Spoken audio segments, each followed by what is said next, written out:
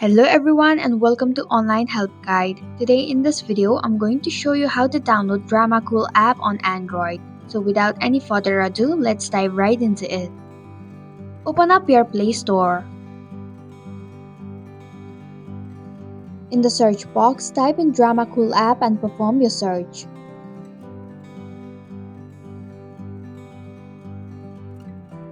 Then tap on the Dramacool application. Tap on the install button to begin the downloading process. It will take a while to download the app. Once the application is installed, tap Open to launch the app. And that's it.